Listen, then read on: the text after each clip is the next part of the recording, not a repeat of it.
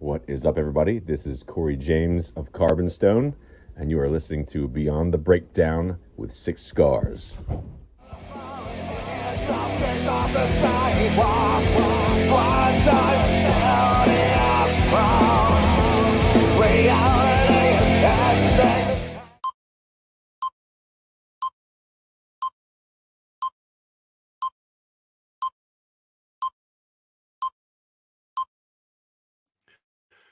What's up, everybody? You are listening to Beyond the Breakdown with Six Scars. I'm your host, JT, and I am joined tonight by the riff master of Dying Oath himself, Josh Hagee.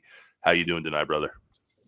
Riff master, fuck, I appreciate that, dude. I'm always hard on myself with my music and my riffs and shit, which I think most musicians are, but yeah, it's cool to hear. Thank you. I'm doing good, man. I'm trying to get a little bit wasted on this beautiful Sunday. The sun's shining for the first time, I swear to God, in like 2 weeks, man. So I'm just like sitting out in the car chilling, just fucking enjoying life. Dude, where I'm out in Southwest Virginia, it's been nothing but rain, dude. It's been absolutely ridiculous. Right? Yeah, dude. I checked the weather report because I'm in Southwest Virginia too. We've had 8 days that haven't rained this month. It's been absolutely fucking ridiculous. But I mean, the summertime is gonna be beautiful. Like everything's green as fuck. We're gonna have an overgrown jungle before it's over with. But yeah, I'm cool with it. Give me some more. Give me some fucking sunlight, man. I'm good all the way up until like 80. Through that, I'm just done, man. I need a little bit of cool weather. Yeah, that's no shit. Well, I mean, we're in the country too, man. It's pretty like little creeks and streams and shit to go jump in. You know how Southwest Virginia people do that shit. You're not wrong. I'm not against it, man. Also, for the audience, there is a little bit of a delay. So if you hear a little bit of silence, it's just dealing with the delay. Yeah, my fucking Bluetooth earbuds. Hey, nothing wrong with that, man. That don't know Dying Oath. Will you tell them a little bit about you guys? Like, I don't know why they wouldn't know. Yeah, we started like 5 years ago. We're more of a 2000s kind of metalcore sounding band. We're experimenting with a few things though. Before I jump into that though, we're a 5-piece. We used to be a 6-piece for a long time. We had male clean, female scream dynamics. Of course, Minnie Jackson, taking up the screamer role and absolutely fucking crushing everything that she does. We had a male clean counterpart, which we mainly did because we figured it would help us get some attention. It was something a little bit different, something you don't see bands doing a whole lot. You see all kinds of bands that they'll do the opposite. They'll do the inverse. They'll have a guy screaming, girl singing clean. Lacuna Coil, for example. But I'd never really seen a band do the opposite. So whenever me and Ryan, whenever we started the band, we were brainstorming what we think would help us stand out, help us get a little bit of attention, because there's so much music coming out nowadays, and really good, fucking good music too, like really good bands popping up everywhere.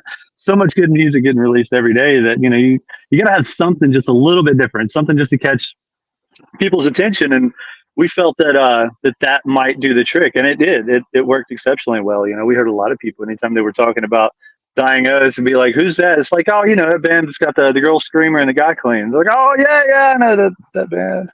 So ultimately it worked. Back to what I was saying just a second ago though, we're trying to possibly veer off from that just a little bit, not permanently or anything, but we want to experiment with our sound. Like we really want to get our solidified sound out. We've been together for a while, but we've had so many lineup changes, just trying to find the right people, that it's been difficult to really like get a concrete sound so that people know, when Dying Oath releases a song, they have a general idea in the vicinity of what to expect audibly. But we've had a hard time doing that. We've got an EP that we're working on right now that I think will help really solidify that. It's some new music, it's some old music that we've decided to redo with a single vocalist, get the drums updated, bass updated, all that good shit, and really get that core sound locked in so that we can experiment some more. I don't want to release 2 songs and then throw out a reggae track. Everybody's going to be like, what the fuck? But if we've got a solid catalog behind us, then people will be able to check out something totally off the wall, totally different, be like, oh yeah, they're just having fun with this, I kind of dig it, and then know that whenever we do release our next album, that they know roughly what to expect. So anyway, I told you, dude, I ramble. I fucking ramble. Okay.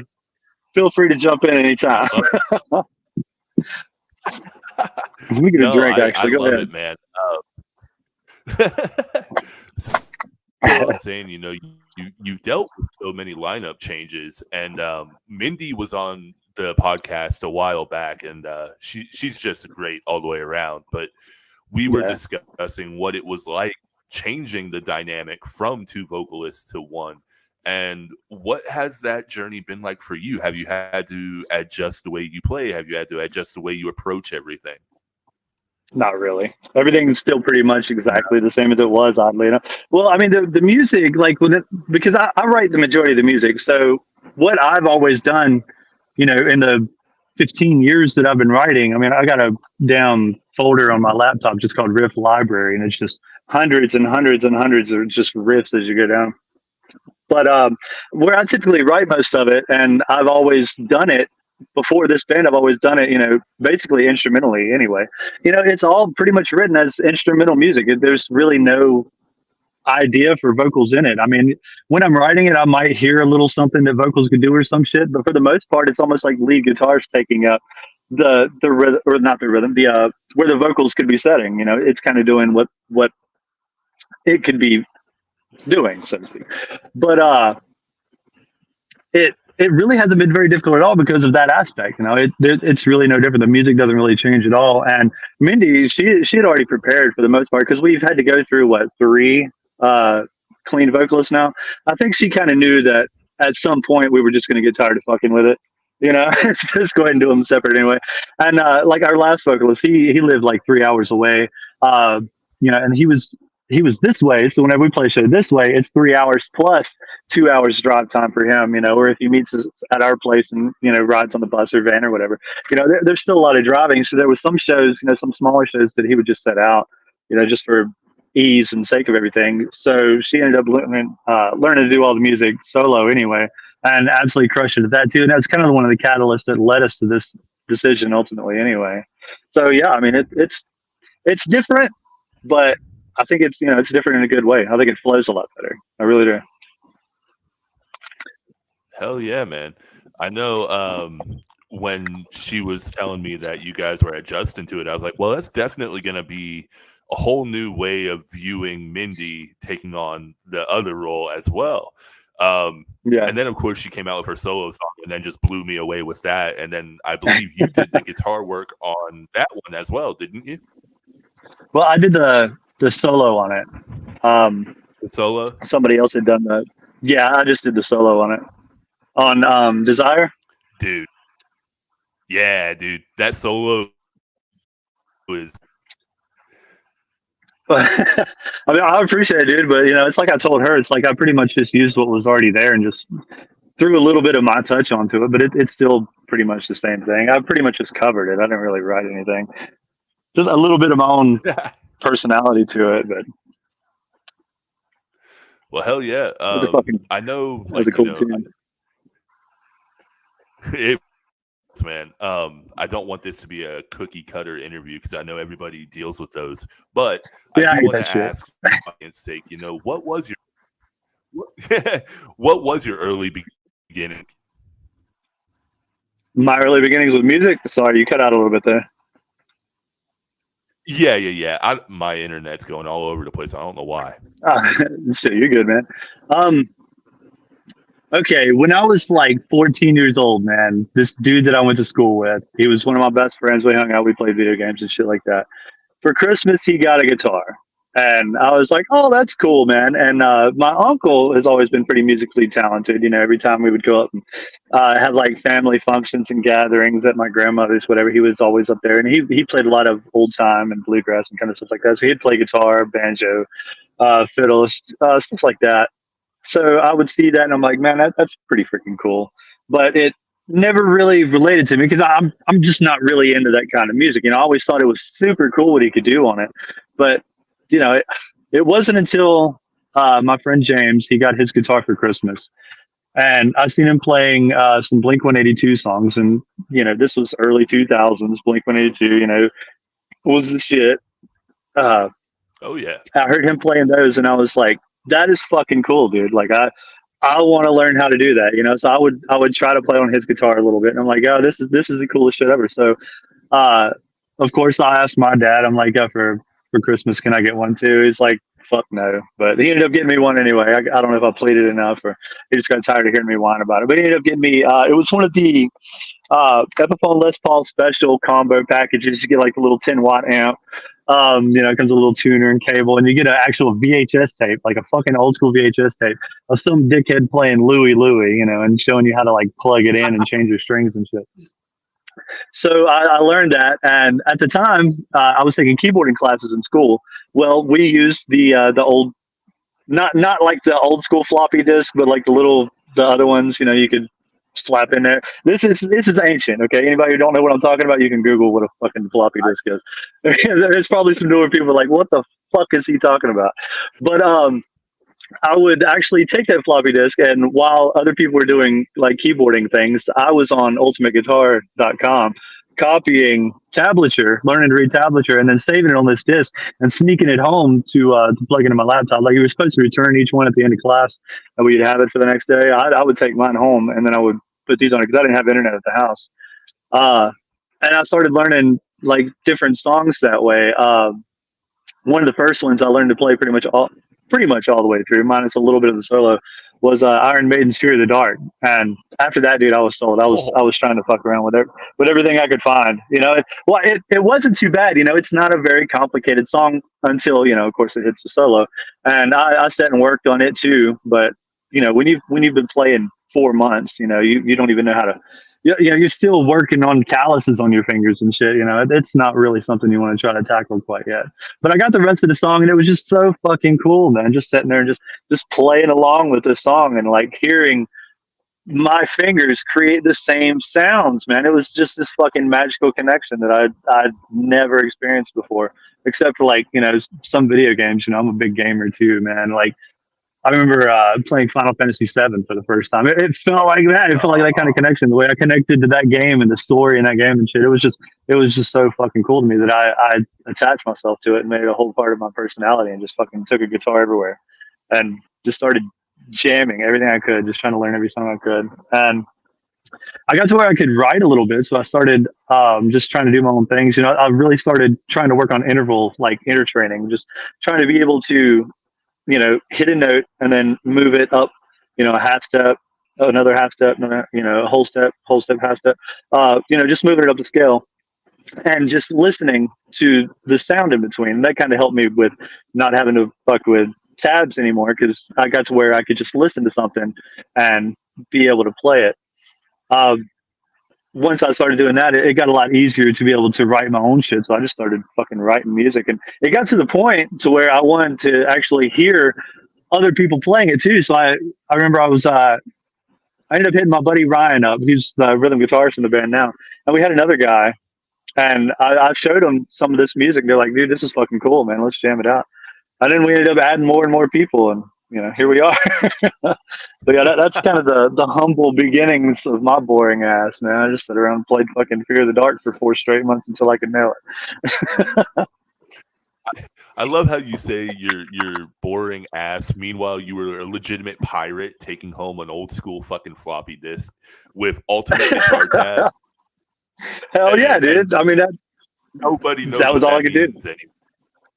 Yeah. The struggle, dude, the fucking struggle. Everybody's like, man, I don't know, I just don't want to do it. Meanwhile, they've got tablature to every song ever made in existence on their fucking phone in their hand. It kills me. It's like, learn a song. Fuck, it's not that difficult. I used to dabble in guitar, like nothing major, just a little bit of rhythm. But I used to sit there and go to the library and print off as much as I could before they caught me. Of just yes, see? You know what I'm talking about. You got to be innovative, like, you know. Yeah. Everybody today has no idea what it was like not having. We were the risk takers. Yeah, it was a totally different fucking world. Or I could, go to like Food City when I was a kid and just stand there in the magazine aisle and try to remember as much of it as I could. It's like, okay, this is the tuning. Okay, it's the standard tuning. Okay, no, it's okay. Drop that one a half step. Okay, cool, cool, cool. 5, 5, 7, 8, 7.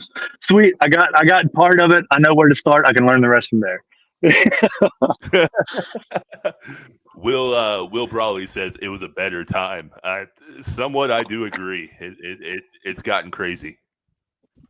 Yeah. I mean, I don't know if I'd say better, but it definitely makes you a little bit more humble when it comes to the early beginnings of everything. And I mean, this was like early 2000s. I mean, I can't imagine like back in the 70s and 80s, people, what?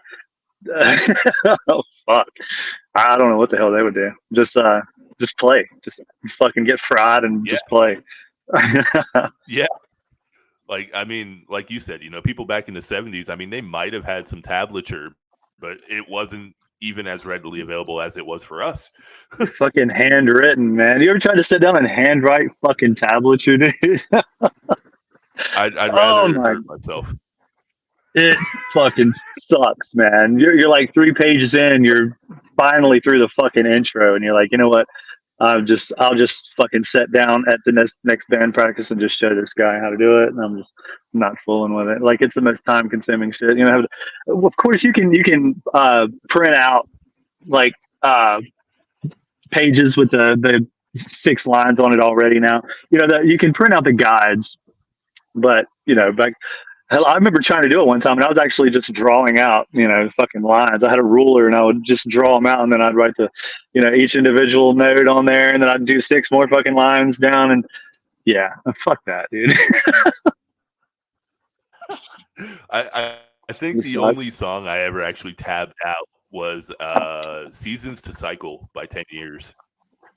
Hell yeah, you tabbed out the whole thing. Yeah, I mean, it's a really simple song. Like, it was just a fun little experiment. But I was like, fucking guru, man. I can't do it much anymore. But I was just like, I'm over this. yeah, it's easy to get burnt out on that shit real quick, man. After about 2 or 3 pages, man. Well, I guess it depends on how big you write too. If you write real small, you get a couple pages, but still, you're writing like a motherfucker. It's a pain in the ass. And some people do it, man. And to you guys that write out tablature by hand, I salute you. You're the true heroes and OGs of the generation. I can't do it. I agree, man. It's like the people that used to do. I don't know if you ever used them, but like the GameFAQ walkthroughs back in the day from GameFAQs.com. My God, the hours that they put into that. Fucking yeah, dude. It was ridiculous, man. I would just pull open a damn Tips and Tricks magazine and just try to absorb what I could, man. But yeah, same thing. I know we're kind of all over the place, but I knew this was going to be sporadic and just crazy. So, what organic conversation, man? Most unexpected. Absolutely. What's been the most unexpected influence on you? Probably other local bands, honestly. Some of the bands that we've played with. Honestly, like, a lot of people, they talk about their heroes and their influences. People look up to, Slash. Of course, Ollie Herbert was one of mine. Matt Hafey, some amazing fucking guitarists. But when you play local shows with some of these bands that are really trying and they're really fucking pushing, and you see the amount of time and the work and the energy and the effort and everything they fucking put into it. You had Travis Kazai last week, right? Scars Remain. Yeah, that's one of those bands.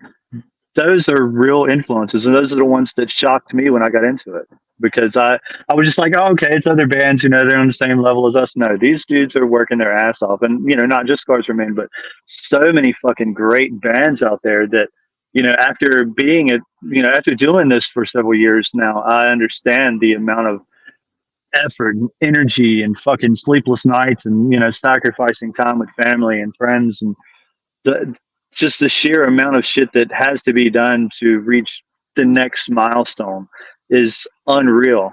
So I think that's probably the most unexpected influence is just my peers, man. Knowing what they go through, knowing what they do, seeing them crush their fucking goals, loving every second of it. Like Redefine, seeing those guys just fucking absolutely crush it every single day, man. I draw so much inspiration from that at this point. It's cool seeing, I mentioned Matt Hafey. It's cool seeing Trivium, and like Bullet for My Valentine doing their thing now. But I, it gives me a deeper respect knowing probably what they had to go through, particularly in the early days, man. Because I mean, you didn't have social media to constantly promote. You was out there fucking handing out demos and shit. But just seeing the local scene and knowing the amount of work that these dudes put in is fucking that's the biggest inspiration for sure. Hell yeah, man. You had just mentioned Matt Hafey, and then of course Bullet for My Valentine, and Yeah. I got to ask you, what do you think of their latest stuff, man? I've not been a fan of Bullet for a couple years now, probably since Venom. Okay, I'm weird. Okay, I'm not big into particular bands. I listen to music and I try to find what I like, and it could be fucking Frozen by Madonna. It could be A Gunshot to the Head of Trepidation by Trivium. It could be Slaughter to Prevail. It could be like some of the new Lorna Shore. I like fucking amazing shit. But I'm weird as in that if I've listened to a band, I like one of their songs, that doesn't mean I like the band or I'm going to dive through their whole album. I'll listen to the music, but I'll mainly just pick out like one or two songs that really have exactly what I'm looking for, and I'll stick to those. Like I always talk about how I'm a fan of In Flames. I really like maybe three of their songs, but I fucking love those songs to the point that I obsess with them. You know, I like their other music. I mean, it's great, but there's a certain formula that my ears just look for in everything that I hear. And on the rare occasion I find it, I grab, I grip that fucking song, dude, and I don't let go, and it becomes a part of my life. Like I listen to it all the way to work. I listen to it all the way back. I listen to it while I'm at home. Just over and over and over on repeat, and just enjoy the melodies, the harmonies, just the beats, everything about those rare occasions. Like Take This Life is one of those examples. That song checks like 99% of the boxes for me. I fucking love that song. Pull Harder on the Strings You're Martyr, Older Trivium off of Ascendancy. Yes. Same thing. I mean, I love it. Six, All That Remains, Chiron, All That Remains. I mean, All That Remains had several that I really enjoyed. But I noticed, and you can hear it in my writing too, man, that I'm heavily fucking influenced by that shit too. And it's really hard for me not to be. Like, I don't want my music to just sound like I took this part from this song and this part from that song and blended together, to try to make my own thing. But it's really hard not to let your influences show, particularly when you have a particular sound that you just radiate towards, and you kind of shun anything that doesn't have that particular flow, and it makes it really fucking difficult. Like it does, dude. It's a pain in the ass, but I don't know. I'm just weird. Well, I mean, I think you do a great job though, like, balancing your own originality and then paying homage to what you've already learned. And I think combining that creates the sound that you have now. That's what I'm hoping. Like that's what I'm going for, man. Perfect. I'm glad you got that. but yeah, dude, it's like it's fucking hard though. But I think that over the years, there's been so many things that have checked those boxes for me, like even obscure things, like I mentioned Frozen Madonna, or Madonna's Frozen.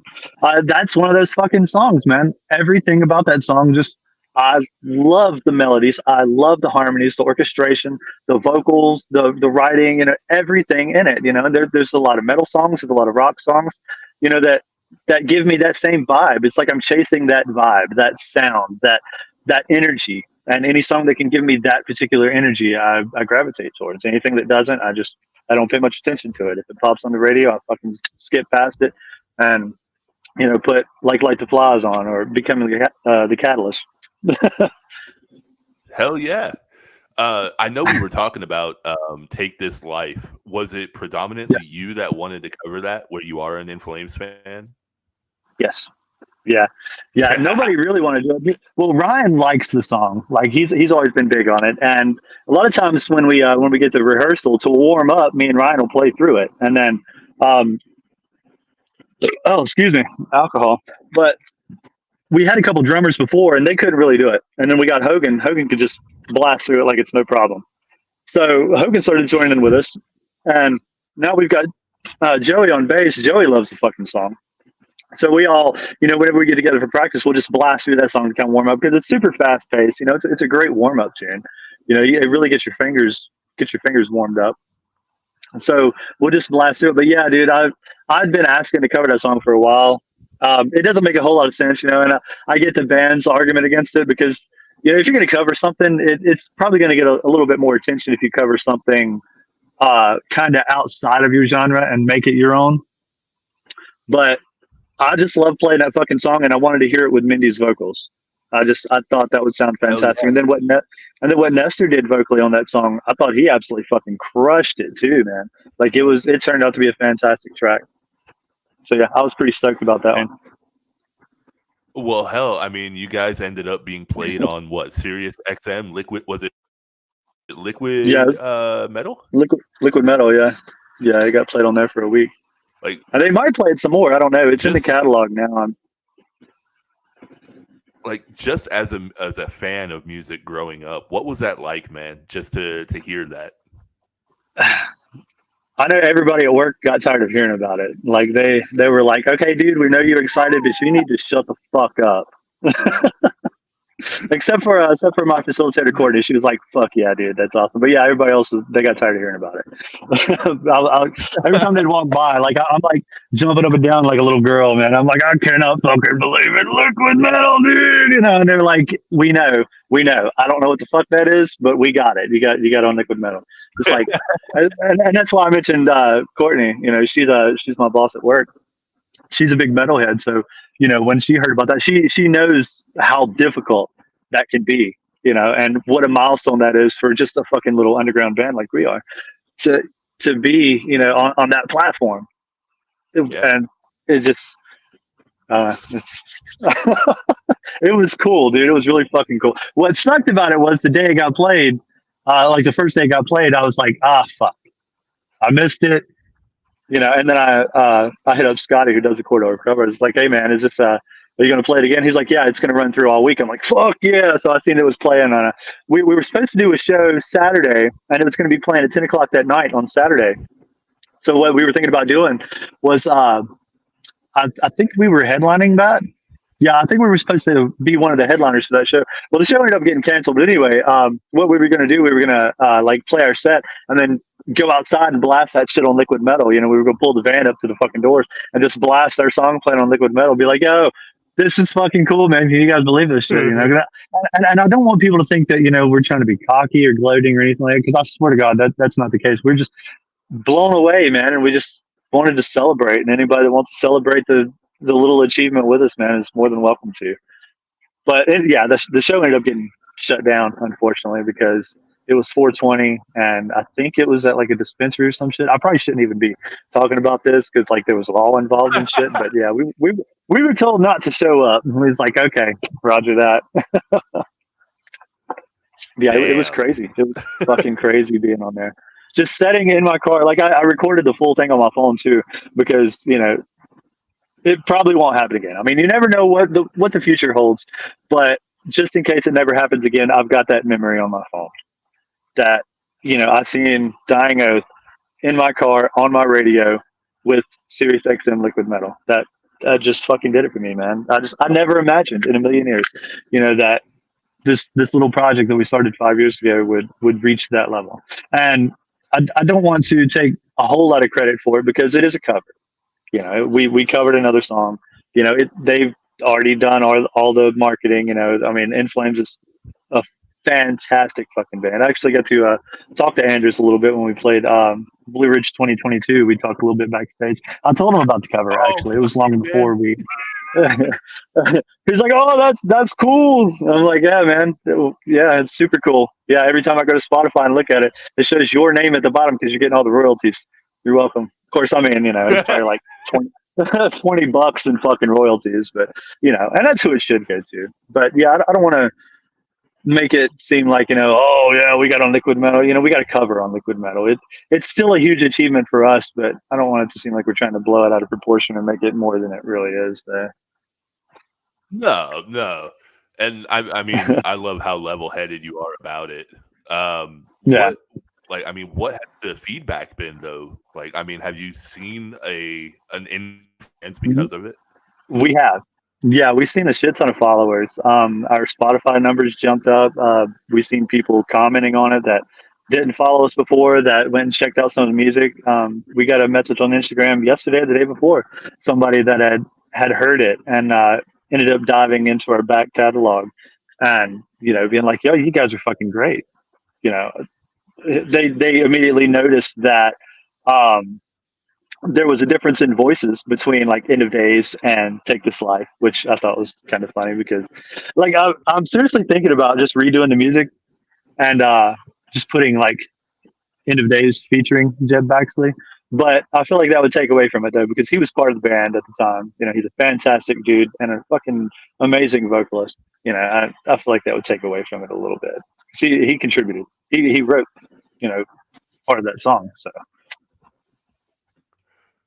yeah, End of Days is probably one of my guys. It probably goes End of Days and then Ascension. Like those two, yeah. man, they're always on repeat. End of Days on our Spotify is still crushing everything. Like it is still just absolutely dominating, which breaks my heart too, man. Okay, yeah, I'm OCD and I'm ADD. I try to keep things in order, but my brain fucking flashes from one thing to another constantly. So here's another tangent here. Modern Testament is probably musically my favorite thing that I've written, aside from one new song that's going to be on the EP, which is just like it checks all my boxes.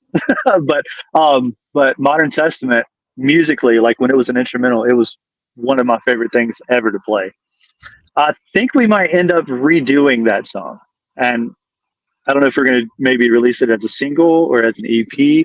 I don't know how much of the vocals will change, how much more shit we might add to the music. I definitely want to keep the music pretty close to where it's at, but I've noticed, particularly within the last few years, music has gotten so much more sporadic. There's a lot more pauses, there's a lot more breaks. I'm hearing songs that's got 4 or 5 breakdowns in it now. It'll play, 2 bars, fade out, boom, come in with a bass drop, and then it'll play 4 bars and then fucking break down, and it's got so much more sporadic. So I want to maybe take that track and see if I can beef it up a little bit, see if I can spice it up a little. Maybe put some more stuff to it, and then maybe release it as if we did it as a single. I mean, we could probably do like Modern Testament, like parentheses 2024 updated or some shit. Of course, it'll have single vocals. It'll have a different drummer. It'll have Hogan instead of Jacob, who was our drummer at the time then. It'll have a different bassist. Both the guitars will be original, but only have, like I said, one vocalist, which will, I think, completely change the dynamic, particularly if she changes it up. Because the writing has gotten a little bit different. And this goes back to, one of your previous questions about how writing, like how the music has changed with one vocalist. The vocals themselves have greatly changed. There's a lot less force in trying to find a position for both people. Whereas my original idea behind the whole thing was to have that dynamic to help us stand out a bit, have Mindy do predominantly most vocals. We're a metal band. We need fucking screams, point blank. But cleans, I kind of just wanted those, as filler kind of background, kind of occasionally. So, having a guy do cleans and maybe the chorus and maybe like some backgrounds in a verse or some shit, and then do a lot of hype shit, just jump around on stage, be interesting, get the energy going, crowd engagement, crowd involvement, all that good stuff. But ADD, I forgot what I was talking about. What was my point? Anyways, but yeah, the music, with single vocals, it's definitely it's changed, yeah. And if we did Modern Testament that way, yeah, I think I might do that. we might just do that. If there's anybody out there listening to actually listen to that song and like really loves that song, Dwayne, I know that you're one. I'm sorry, but it will be better. We're not going to destroy it. I promise you. I think it'll end up better.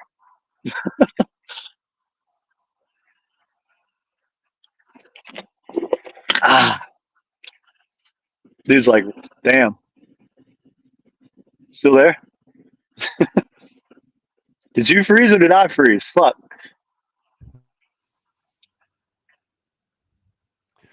Oh my God, my internet. I have never had Oh, this much trouble with it. So okay. I was like, fuck, I froze. I am so sorry. I am so No, sorry. you're good. Yeah. Hey, man. Shit, it happens. We're good. I'm really enjoying this. Like, if you see me looking off, it's not because I'm not enjoying it. I just keep getting notifications about it, and I'm like, man, fuck you right now. Oh no, you're good.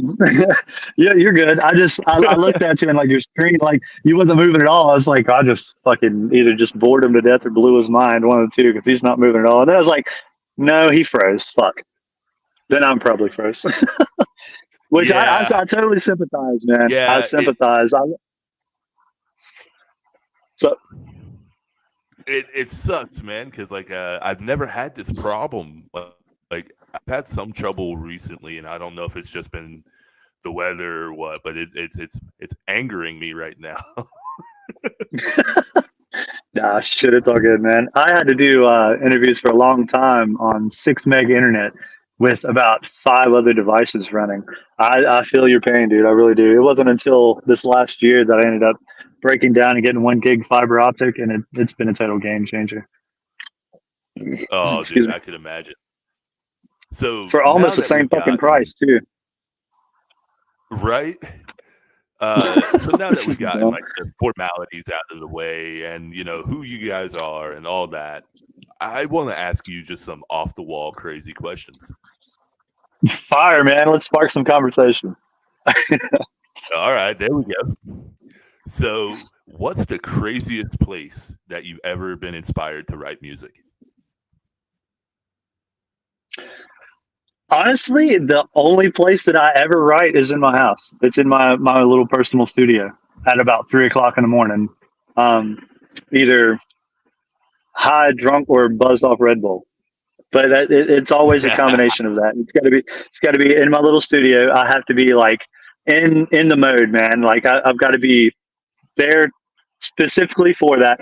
Now, there's been occasions where I'll hear something like I'm walking through Walmart and I'm like humming one of the songs in my head and I hear people talking, but the way that they just had their conversation kind of synced up with the beat in my head, and it actually gave me ideas for like how vocals could be on a track, or just something random like that. Sometimes I'll be laying in bed and like just before I get to the point of dozing off, I'll hear like this fucking random riff, and I'm like, just fucking jam into it right there on my pillow. Then I jump up and I got to run to the studio and plug up my guitar and try to track it out real quick. Sometimes I'll get it, sometimes I won't, but it's just random shit like that. But as far as just like creatively writing, it's got to be right there in my own little studio. For some reason, I can't do it anywhere else. Maybe I'm self-conscious about my writing or whatever.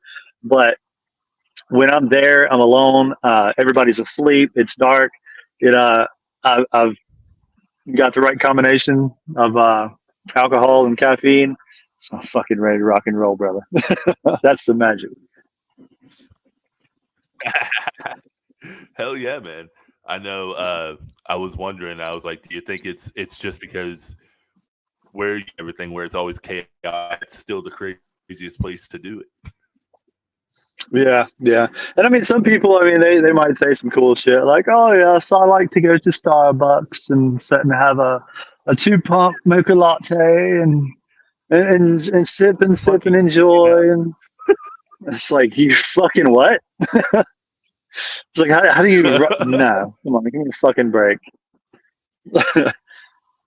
I mean, hey, whatever works, man. Whatever gets those creative juices pumping, I guess, man. So, I don't know, Starbucks just doesn't seem like my idea of a good No. creative environment as far as metal music goes. I mean, if you're writing, free form poetry, by all means, I mean that's probably ideal. But it's hard to hard to throw down some heavy metal riffs. But Some again, power man, pop. you would. Yeah, dude, it's hard to imagine, but I'm sure there's people that do it, man. They probably do it fucking fantastically. That's just not my recipe. What about you, man? Do you like where do you write at? Like, what's got to be your comfort zone? Uh, so it kind of varies for me, man. Like inspiration tends to hit at random times. It can be like a lot is instrumental based, so I purchase licenses, don't play anything. Gotcha. And I'll sit Yeah, there and I'll be like, all right, what can I do with this? And then I'll sit there for like 20, 30 minutes and sometimes lyrics will just pour out and then I'll end up having like 3 or 4 songs. But then there's other yeah, times where I'll dream something or I'll read something in a book and it sparks something. Right now I'm working on an EP called Red, and it is basically dealing with dystopian future in modern times. And it was just inspired by me rereading 1984. fuck that book, dude. That shit. That is a wild book. Anybody who's ever read fucking George Orwell's 1984, I mean, or who hasn't read it, rather. I mean, do so at your own discretion. That shit is psychological as fuck. Just putting yourself in It that is. position, and then listening to the ebook. If you have Audible and you listen to the ebook on it, where they're actually like acting out the conversations, it's fucking Yes. terrifying. It is absolutely terrifying. Like just hearing, talking about how the TVs are watching you, and like the conversation that he's having in his own head when they're having what was it, the hate. I think it was Yeah, what it was called when they. It's fucking crazy, man. And then he thought he saw the sparkle in another dude's eye, and yeah. thinking that maybe he thinks the same way he does, but he's too afraid to say anything. And and like in that book, the way that I think it was his neighbor, like one of his neighbors in his apartment building, like her kid could never be wrong, and she just had to go along with everything. And like it's so fucking crazy, dude. Like that's a wild ass book. Like that shit had me fucked up at work. I was just walking around Man, quiet the whole day, like, God damn. what I think is so crazy about it is like there's still a lot of relevancy today. And I mean, that book was written in the 40s. It's fucking wild, dude. Like it's a wild time. Definitely. And but yeah, man, like going back to the original question, I tend to write. It really just depends, man. Like I said, I can do it here at the computer. I can be reading. I'm what I'm doing. Like a lot of times, hobbies outside of music will influence what I'm writing. So you say you do mostly vocals, right? Yeah, Okay, do you start with the lyrics or do you start with the melodies?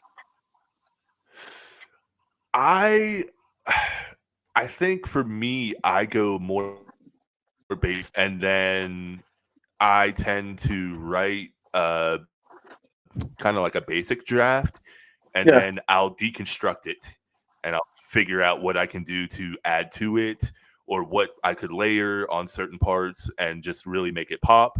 But most yeah. of the time, I think I go more with melodies and then lyrics will formulate. Gotcha. That's that's like anytime I've actually written vocals, like for one of the songs that's going to be on the EP, I did the vocals for it. It was just one of them where I wanted it included because I already had in mind how I thought they would sound great, like what vocal melodies, what harmonies, what like when each vocal would pop in, and it's just one that I just really didn't want to change, so we just kind of kept it the way that I had originally drafted it. But yeah, I did it the same way, and it's wild too.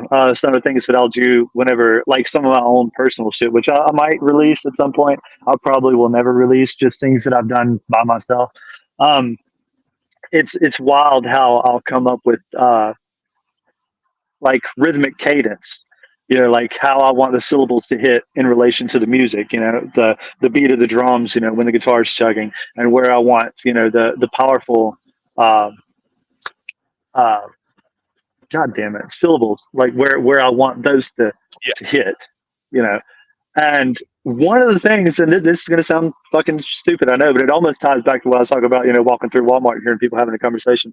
One of the things I've done for a few songs now is actually I'll get my phone, like I'll step back from the computer, I'll turn a television on, I'll just let a television play, you know, people talking in the background at about the same volume as I've got the music going, and I'll just fucking sit there and record it for about 10 or 15 minutes and just listen to the conversations being had at the same time as the music going on. Sometimes you'll hear things, dude. You'll just fucking hear things that stick out, and you're like, "Ooh, okay, yeah, let's do that. Let's do that." Just go over and just fucking track it real quick, or just you know, just put a click where you want the syllables to hit. You know, it's just some random shit. Just, you know, anything to get that creativity going. Just to kind of think out of the box outside of my normal patterns and progressions that for some reason I always tend to fall back onto. Dude, that is sick. I have never once thought of that. It's pretty wild. One of the things one of our old drummers used to do, he was telling me, particularly for breakdowns, they would take a kick, they would just MIDI out kick and then just delete random notes out of it. They just delete like 40% of the notes out of it completely at random and just listen to it. And like, you know, just or whatever, you know, just however the fuck it ended up. And they would go from there. They would chug to that kick, and you know, they would plug the drums in, and sometimes it was fucking cool, dude. Just things you'd never, like a form or progression that, you know, you would never think of. But I mean, sometimes you got to, man. When you're having those dry spells, you know how that shit goes. You know, sometimes you're not feeling it. I think it's about time to crack over another one here. One of my biggest inspirations outside of Six Scars, my solo project, I also do vocals for a band called Killbait Overdose, and we tend to do a lot more harsher vocals, like, you know, in your face. And I found a lot of inspiration cadence wise from Whitechapel. Oh, fuck yeah. To me, challenging to do what they do. Like, I mean, you listen to the Saws Law, say what you will about it, but like getting that many syllables, it's wild, dude. It's fucking wild. Like, it just being able to sit down and listen to that music and think, okay, let's put this exact melody with this exact cadence here that doesn't have anything to do with anything else that's going on, but sits so perfectly and blends so perfectly with everything and just creates one large fucking wall of sound, beautiful fucking music. It's a whole nother world, man. That's one thing that's always bothered me, is when somebody's like, oh, I can sing, and then they start writing their own music and it sucks. You know, it's like, well, it's two different things. You know, singing and songwriting. You know, there's a lot of fantastic songwriters out there that either can't sing or they don't want to sing. You know, they don't want the spotlight or anything. But you know, their songwriting is amazing. You know, and then there's a lot of vocalists out there who are amazing vocalists, can pretty much cover anything they want to, can do anything they want to, but their songwriting suffers quite a bit. So they'll bring in ghostwriters, and it's not uncommon. And I don't honestly fault anybody for bringing in ghostwriters. I think that, you know, if you can sit down with somebody and have a conversation about how you want your music to be and then bounce ideas off of each other, I think it's fantastic. That's what a whole fucking band is anyway. You know, that's the whole dynamic. Just whatever you can do to create the best possible product. Oh yeah, I completely agree. And real quick, I want to give a shout out to some of the people that have been joining in with us. I got my buddy on here, Will Brawley from Liars Pacifist podcast. I got my buddy Caleb Strauss, which you guys will be hearing more of him later on. And then we also have Melanie Nix and Manda Kay from the Nix's podcast.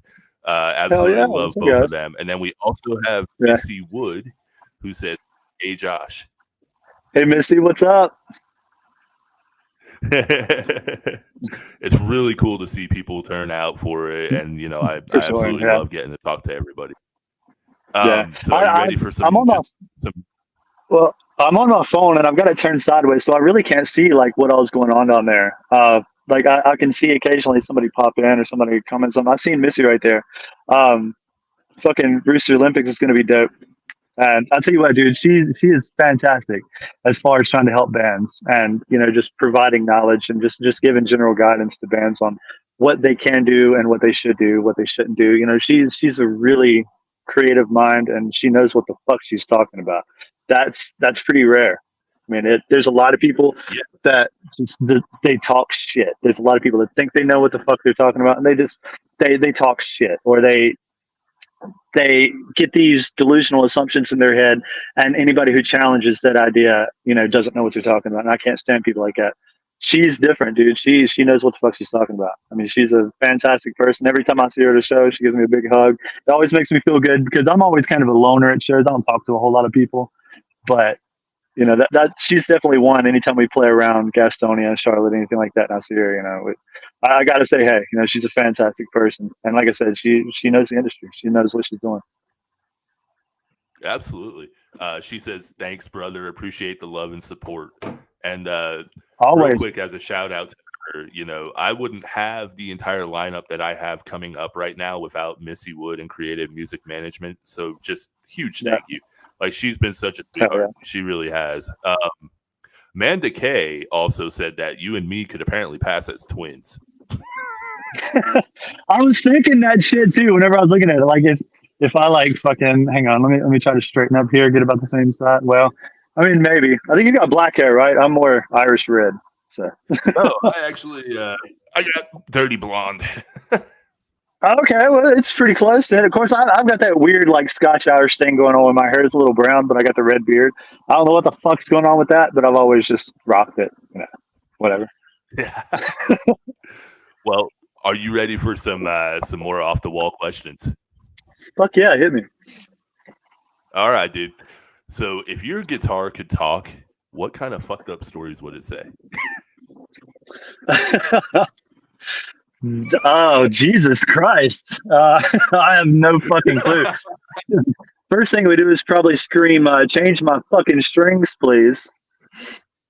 After that, possibly a setup.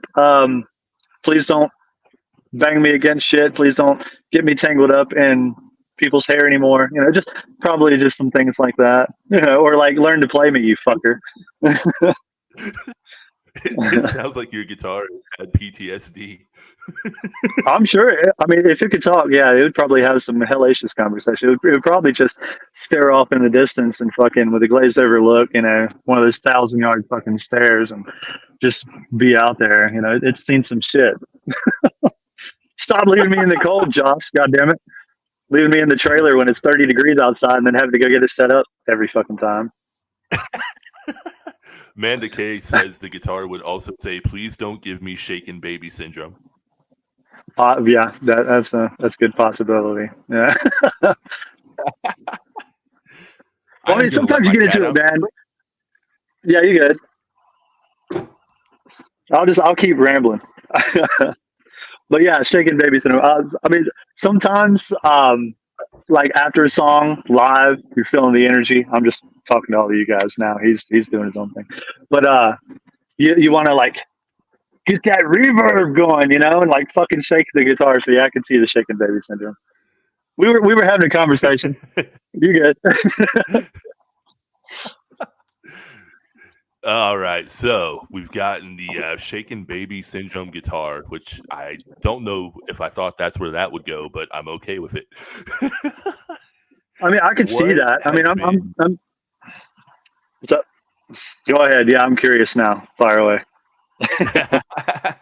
I told you, man. I'm bringing my A game with the weirdness tonight, man. No, you're good, man. And anytime you want to throw your input in on what I say, man, just fire away. I love just bouncing back and forth on a conversation. Hell yeah, dude. So, oh Jesus, he's already laughing. Well, firstly, what kind of guitar do you play? Right now, I main a Schecter Silver Mountain 7-string multi-scale. I picked up that guitar whenever they first come out. I seen the red one. I think it was oh fuck. I seen a couple people playing the red ones, and I was like, oh, those are super dope, but I don't want to get a red one because then I'm just gonna look like I'm copying these other dudes. And I looked at the options. They had like a green one, and then they had the standard Silver Mountain. That was like the silver and the black and everything. And I was like, wow, I really like that silver one. So I ended up getting that, and then I realized, like after looking at images of other people's, another friend of mine in another band, he had one super similar to mine, but they're all individual and in where like the silver is, like how the finish is on the guitar. I love that fucking guitar. I've gotten to where I play almost exclusively Schecters. I love Schecter guitars, man. I've got a 6-string Hellraiser Extreme 6. It come with EMGs. I ended up swapping those out for some other things. I ended up removing the knob too. It's kind of crazy. It had, of course, the volume and the tone knobs. But when you play metal, I mean, what the fuck's the point of tone knobs? You want that shit cranked, right? So it had 3. I had one removed because it got in the way. So and the volume knob was actually moved down. So it's got one tone, one volume. You're always using the fucking the neck pickup. So I had one of the knobs removed, and anytime I played it at a show, everybody was like, "Hey, man, did you lose a button? Like one of your knobs come off or some shit?" I'm like, "Yo, your guitar." I'm like, "No, it's made that way. It's made that way." Of course, I don't use it hardly anymore. We started off doing a few songs on 6 strings, and then we'd find some kind of like little interlude for like 30 seconds while we swapped out guitars. Then we'd swap to 7s, and we would do like 2 or 3 more songs. But we ended up stopping doing that. It didn't make a whole lot of sense. We just do it all on 7 strings now. Before that, I was using it was a LTD M1007 MH. It's 7 string. It's got a Floyd Rose on it. Fucking fantastic guitar. I suck at changing strings and setting up Floyd Roses. So I keep it as a backup, and I do it when I have to. Like for tour, I took it out as a backup, put new strings on it and everything, got it set up good. But 90% of the time, I don't fuck with it. It's a wall hanger. If I'm going to do something with it, and I hate to do that. It's a beautiful guitar, but I'm not going to be delusional and kid myself. Oh yeah, I can fucking do it anytime. If I break a string on a thing, I'm fucked for about 20 minutes. It takes me forever to fucking do Floyd Roses. So I typically just keep it as a backup and play the Schecter predominantly. I was gonna say that's usually the going thing that I hear about Floyd Roses. Is like they're great guitars, but if you break a string, you're absolutely fucked. Yeah, you're fucked for a little while, dude. You got to fucking block the bridge and do all that bullshit, make sure that it's level, put it on. Yeah. There's just a lot to it, and I mean, I'm sure there's people out there who's like, "Oh, you're just a pussy," don't take no time. Good for you. I fucking hate it. I don't like fucking with it. I mean, I just they're good guitars, and I love all the extra shit you can do with them. It's always fun going, just fucking dive bombing the shit out of one, but it's more hassle than it's worth unless I'm in a recording situation. I'll use it recording, put new strings on everything, but it doesn't seem that practical unless I've got multiple Floyd Roses and a fucking guitar tech that's going to do it all for me. And unfortunately, up to this point, I've yet to have a reliable guitar tech because, like, whenever we play, larger festivals, like Blue Ridge, for example, both years I tried to bring people on as guitar techs, and both of them flaked. Now, there was understandable situations for it, and I don't fault them, but at the same time, I needed a guitar tech, so I asked somebody else. No, dude. I'm loving this. This is really fucking fun getting this back and forth with you and getting to know you, man. So real quick, here's another one for you. What's the most bizarre fan experience you've ever had? Oh, Jesus Christ. I don't know if I even want to talk. Okay. Blue Ridge Rock Festival. I think it was 2022. I know there's a lot of mixed feelings around that festival. Some of the things that went on. We personally had a fantastic time. There was some logistical issues, of course. It seems like any time we've played any bigger festival, there's going to be some issues.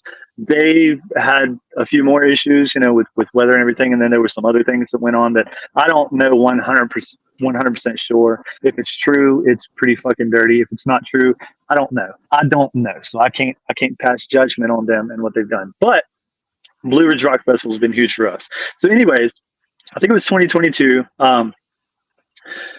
We had already played, I think we played Friday. I think this was Saturday night. Or it could have been Friday night. I don't know. But either way, okay, so we're watching bands. We go watch Insane Clown Posse. When I was in high school, I was a big ICP guy. I loved like Amazing Jekyll Brothers, Great Malenko, all that shit. I fucking loved it. Hell, I still bounce back and listen to it every once in a while. It doesn't have that same, 17-year-old rebellious appeal to it, but I'll still listen to it every once in a while. But we watched them, got soaked in Fago. We had artist passes, so we went to the main stage. A Day to Remember was about to play. We go backstage for them. We're like pretty much right there on the backstage, right there at the curtain, watching A Day to Remember with like 50,000 fucking people out there, just thinking this is the craziest shit ever. We're soaked in Fago. We're watching this shit. They've got some people backstage. There's a certain point where they had people like take rolls of toilet paper, run out on stage, and throw them out to the crowd. Everybody got to do that. Super crazy fucking experience. We go from there. Mudvayne was about to start up on the next main stage, so we walk around backstage. The two main stages were side by side, so we leave the back of one. We walk around backstage to the other side of Oswald. We come up into the VIP area. So we're standing there. We had an interview earlier that day. I had to miss All That Remains. Well, Phil Labonte is standing there, I guess with their manager or somebody, in the VIP area. Right up against the rail watching Mudvayne. There's not many people up there at all. So I see Phil Labonte. I don't get starstruck very easy. I generally can walk up and talk to anybody, but Phil Labonte or like Matt Hafey or just somebody that's had a large influence on me, it'll still happen. So I'm like, I'm not fucking saying anything. Mindy and Kat, they were right there. Kat was like, just go ask him for a photo. I'm like, no, okay, fucking do that. I'm like fucking just total fanboying. Okay. So eventually I'm like, fuck it. I'm drunk. I'm going to say, hey. So, I guess Kat went up and asked him, was like, hey, can we get a photo? Dude over here, he's scared to ask or some shit because I was being a big bitch about it. So we go get a photo with him. And trust me, okay, the point of the story's coming. Like I said, I ramble. But okay, so we're soaked in fucking Fago from watching ICP. We just come from backstage at A Day to Remember. We're standing in the VIP area listening to Mudvayne while talking to Phil Labonte from All That Remains. I get a photo with him. Fucking amazing dude. Like, great dude. So as we're standing there talking, the security guard taps me on the shoulder. He's like, hey, man, somebody wants you back here. So I turn around and it's somebody over on the rail, that was watching Mudvayne. I'm like, hey, how's it going? I figured she wanted a photo or something. She's like, can I get a picture of you choking me? I was like, oh shit. But what? Like, for real? It's like, you want me? I mean, Phil Labonte's right there. I mean, that'd probably be way cooler. But, so I looked at the security guy. I'm like, can I do this? Is this okay? And security guy's like, whatever, just go ahead. So I'm like, do you want me to want it to look like I'm choking you, or do you want me to like actually fucking choke you? She's like, no, choke me. I want a picture of that. I was like, okay. So I did it, and actually the photo of that actually surfaced in the Dying Oath family group chat. We've got our group, but we've also got the side chat where some people go in there and talk every once in a while. I actually ended up seeing the photo of that and was like, oh my god. But that was probably one of the wilder experiences for me, because like I said, I'm the guitarist, but I typically stay to myself. I don't like huge crowds. I don't like a lot of people. I don't like. I'm not very good at talking to people that I don't know. But sometimes people will still ask me things or come talk to me, which I enjoy. But I'm not great at initiating conversation. I'm more introverted. I keep to myself. Mindy's always the one that's going out and making the connections and talking to people and all of that good stuff, which I applaud her for, because we got to have it, and I'm not good at it. So whenever it does happen to me, it still catches me off guard, and that situation in particular caught me really off guard.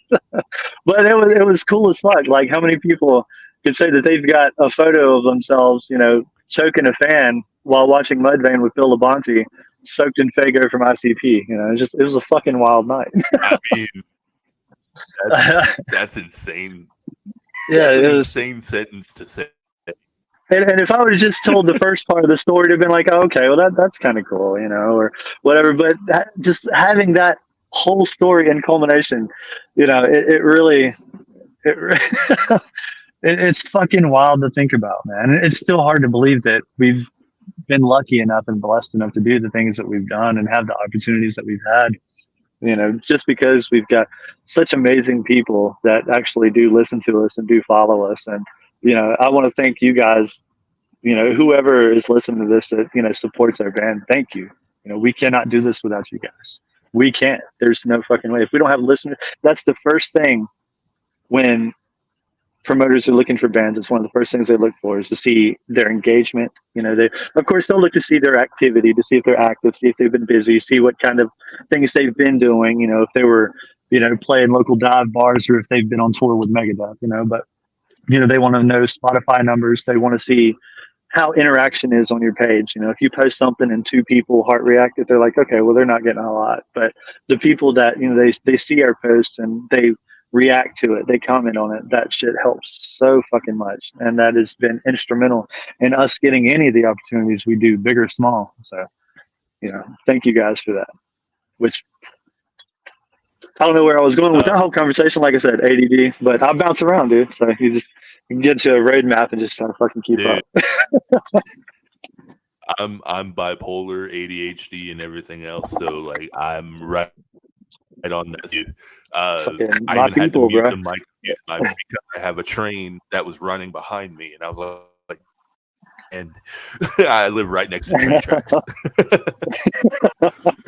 Oh man, I know that shit, dude. Like when I was a kid, I lived with my grandmother, and she's got a airport like half a mile from her fucking house, so it was always like fucking planes going back and forth and shit, man. Or it's cool too because in Rural Retreat, well, let me pronounce that correctly. Rural Retreat, RURAL, but everybody around here, Rural Retreat.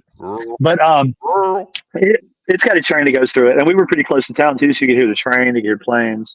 It was close to the fucking interstate too, so you could hear truckers, Jake brakes fucking going off all the time, and all that bullshit. It's pretty loud. Of course, we used to party like motherfuckers up there, man. God, it was.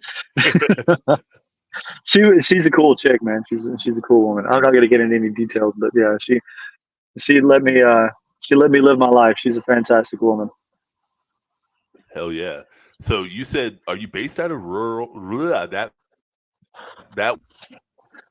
I mean, like Ryan lives there. Mindy lives in Whitville, which is like 12 miles up 81 or Highway 11, which way you take. I'm in Speedwell, okay? Weird little, geography lesson here, okay? You got Rural Retreat. Then you got, I'm trying to do this on the camera, okay? Then you got Whitville. Then you got, well, goddamn it, okay, yeah, Speedwell. So, yeah, I mean, we're all in relative close proximity, except for the newer people that we've brought in, because we really had to broaden our search to find people who were both talented and driven. It's really fucking hard. You can find people who are amazing guitarists, amazing bass players, amazing drummers, but have no drive. They don't want to fucking go out and play shows. They don't want to tour. They don't want to do anything like that. They don't want to practice. They don't want to rehearse, or they do, but they don't want to get a job. They don't want to work. Or they want to do that too, but they're addicted to, fucking heroin or something. There's always some kind of quirk. So it's just trying to find the people that check as many boxes as possible that has the least possible drawback. And we ended up having to really branch out, and even in some situations, people, they didn't want to reach out. They're intimidated to reach out. They think that we're a bigger band, but I mean, we're not. I mean, some people, because we've had some bigger opportunities, view us that way. And I'm not trying to take credit away from anything that we've done in any means whatsoever, but I don't know, maybe it's imposter syndrome, maybe it's just being overly humble or something, but I don't see it. I think we've managed to do the right things at the right time and had an amazing fucking base of support. And that's helped us do the things we want to do. But that was, branching off of what I was talking about earlier, but I can't remember what the fuck I was talking about earlier. So yeah. What's up, dude? No, we were I love every second of this. We were just talking about location because I'm actually based out of Abingdon, Virginia. So I mean, it's a small yeah, okay. I knew that you were close, man. I remember looking up Six Scars. I remember we had some interaction back several months ago. I think you had Yeah. tagged Dying Oath in something like, check out this band or some shit. And I had never heard of you guys or of you in particular. Um, so I dove into some of the music, checked it out. I was like, fuck yeah, this is pretty cool. I think I ended up making a post afterwards, like, yo, check this band out. This dude's cool as fuck. He's supporting the scene. He seems like a good guy. The music's pretty badass. Check this shit out. I can't remember if we did it for the band. I think a couple of us probably did it for personal pages. We typically try to keep anything like that off of the band page. We found that the more that we post on there, the more things get buried. So if we post a show and then we post a bunch of dumbass memes over it, the show gets buried and nobody ever sees it. But yeah, I had done a little bit of research on you at that point and seen like Abingdon and everything. I think we had a conversation about Classic Recording Studio there in Bristol too. I think. Yeah. Yeah. It was a while ago, and I got a terrible fucking memory. But yeah, I think I remember something about that. So Which actually, that's where we behind the curtain. Oh yeah, hell yeah, let's have it. So when I initially messaged you, I was in a pretty bad state. I'm not gonna lie. Just mentally, everything in my life was just kind of going all over the place. And Right. For me personally, man, it meant a lot for you to take time and be like, oh shit, like I checked you, I got something there. I was like, oh fuck, man, like that's really cool because it was a low point in my life, and Six Scars had kind of just started point, and I was like, fuck, man, what am I doing it for? And then I was like, shit, man, like to meet cool people like that, that's what I'm doing it for. We all have those moments, man. We all have those just fucking hellish introspective moments where we're wondering what the fuck we're doing. Is it worth it? Is all this time and money and effort and energy, what's it going to add up to? But at the end of the day, you just got to forget about all that shit. You just got to do it solely for the love of the music. If there's any other reward that you're seeking in there, you're going to fucking disappoint yourself. You just got to love to do it. If Dying Earth broke up tomorrow, I would still be writing. I would still be recording. Hell, I might actually, since I've learned a little bit more about it, I would actually probably release some of my solo shit too. I don't know. But I mean, it's got to be for the love of it. And, of course, there's a lot of times there's other circumstances too, which can make it difficult, whether it be, uh, anything. Some people have issues with their family, with health issues, with addiction issues, mental health, just past history. A lot of people deal with that shit every day. It's hard to walk by somebody on the street that hasn't had some sort of issue that they're dealing with. Everybody's dealing with shit. Sometimes people just need somebody to fucking tell them a kind word, man. Just fucking be nice. Just, hey, your music's dope. Keep fucking going. Sometimes that's all it takes, man. So, anytime I can do that. And I've always been typically brutally honest too. I try not to blow smoke up people's ass. Like anybody in my band will tell you that because they've seen the worst side of me when it comes to music. I'm really, really fucking picky about the music because I'm hell bent on trying to create the best possible product that we can, regardless. I don't fucking care. If we've got to record it again, if we've got to use a different producer, if I want it to be the best possible product. You only get one opportunity, when you release a song to make it as much as it can possibly be. And I think it's crucial to really capitalize on that and try to make it as good as you can. So, yeah, I did it again. Fucking alcohol and ADD, man. Here we go. What was my original topic? God damn it, dude. What were we talking about? Mental health. I lost my point again. Like mental health. People are probably watching this like, this dude is fucking crazy. Oh, dude. If they're watching it, they love every second of it. Fuck it. I certainly hope so. So the rambling fucking antics of a madman here. Right. Well, I mean, you do bring up an interesting point, though, and this podcast is primarily, mental health related. So I do like to sprinkle a little bit in there sometimes, but it's like, right.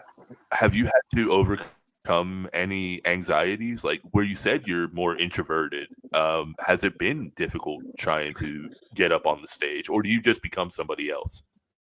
I get nervous every single fucking time I step on stage, dude. I am nervous. If you closely observe me, like the way that I'm standing, usually my back leg is fucking shaking, and I notice it every single show, just because it means so much to me. I almost feel like I would worry if somebody wasn't nervous getting on stage. I hear people talk about, oh yeah, it's second nature. I get up there and I'm like a fish in water. It's like, yeah, but I mean, of course, I overthink things too, and I worry about things constantly. I'm always, looking at every single best possible outcome and worst possible outcome and trying to figure out how I can reach the best possible outcome. And if the worst happens, what can we do? So I'm always like analyzing and over analyzing every situation. So I'm always thinking, so when I get on stage, I'm nervous. Like, what if this chord fails? What if I break a string? What if the fucking laptop fucks up? What the fuck are we gonna do? So it's always it's not really anxiety anymore. It's more of a combination of adrenaline and just trying to be prepared for any possible fuck up, which it's hard to prepare for. It seems like every time we play live, something fucking happens. There's always something. And I'm sure a lot of bands can relate to this shit too. Even solo artists. I'm sure you probably get this. There's always something that fucks up. When we were backstage, we were having our conversation. My headphones fucked up. Yeah, that's why I wanted to jump in early. Just to make sure that we got everything, as locked down as we possibly could. That way, if there's still a fuck up, we know that we did our best. But it's kind of still that way, man. I mean, I don't like large crowds, but it's a little bit different when you're on stage too, though. I don't know what it is, but you know, it's hard to explain. It's not like an up close personal conversation where I'm having to, exchange dialect with another person. It's more just, hey, here, this is me, and this is what I enjoy. I hope you like it, and I go from there. And that's definitely gotten easier. I know anytime we have bigger crowds, like Blue Ridge 2021, there was probably 8,000 or 9,000 people in that fucking crowd, and I cannot remember a single second of it. I just pretty much blacked out, relied on muscle memory, and 30 seconds later it was over and the crowd was chanting Dying Oath, which was just the most surreal fucking thing I'd ever seen in my life. But that's kind of one of those moments, it depends. Like, I gotta get this AC off. Goddamn, I'm sitting here getting cold. The alcohol warmed me up and then the AC just kept rolling. But yeah, let me get a little fucking heat. Actually, I'm a skinny dude, man. Hold up. But yeah, I do. I get anxious every single time, for sure. It's kind of funny too, because it's smaller shows with like 20 or 25 people, particularly if there's no stage or anything. They're right there in your face. I get nervous as fuck. I feel like they're analyzing every single thing that I'm doing. I've got to play every single note correctly, or they're going to judge me until the fucking end of time, and I'm never going to be able to live with myself. And maybe that's just, me being hard on myself or overthinking things. Because if I do accidentally fuck up and hit like, half a step higher accidentally, I'll talk to people after, and I'm like, yeah, I'm sorry, I fucked that part up. I know you probably heard it. They're like, I don't know what the fuck you're talking about, dude. I thought it sounded fantastic, and it happens like that all the time. Like, we played Chapel of Bones with Cultus Black, fucking amazing band. Cultus Black, fucking great dudes too. We got to tour those dudes. If you haven't checked out their music, check those dudes out. Holy shit, they're fantastic, and like I said, great people, man. Great people. We played with him at Chapel of Bones. Well, one of my solos, I ended up screwing up. There was a fan, okay, right there to my left. It was blowing my hair. I always keep my hair down. I was playing like this, with my hair in front of my face most of the night. I got to one of the solos. They were doing house lights. No fault to the sound guy, because it's exactly what we needed. Some super, dynamic, particularly stroby kind of lights. They fucking knocked it out of the park. But right as I started it, hair was in my face, lights were dark. I fucked it up. Okay, I recovered it pretty quickly, but I fucked it up. And I kicked myself in the ass like the whole fucking night about that. I was talking to a friend of mine outside afterwards. I was like, I cannot believe I did that. And he's like, did what? I'm like, I fucked up that solo. He's like, you did? I'm like, yeah, of course. I mean, there's people that do that. It's part of being a musician. You want everything to be perfect. You work your ass off. You practice so much. You practice so hard that whenever you do get the opportunity to go out and showcase your music and you fuck it up, you're like, damn, dude, you almost feel like it was all for nothing. Yeah. But it kind of wakes you up to realize just how important practice is. And I'll practice my ass off. Sometimes I come home from work and I'm tired though, and I don't want to fucking play guitar. But you've got to, man. You if you Yeah. go a week or two Yeah. up to a show and not play. Okay, this is kind of weird. Here we go. ADHD bouncing off topic. I found this fucking wild. Okay, if I practice like a motherfucker for like 2 weeks every single night, and then leading up to the show, I don't touch the instrument for the full week before the show. When I do get to the show, I'll sit in the green room or I'll sit backstage or some shit. I'll warm up while the band before us is playing. And then I'll go on stage and I'll play like I've never fucking played before. Like everything just feels so good, so natural. And I don't know if it's because I took a rest and gave my brain time to like reset and process everything that I've done, and or what, dude. But it's like if I practice my ass off like every single day and then do the show, I'm fucking up more.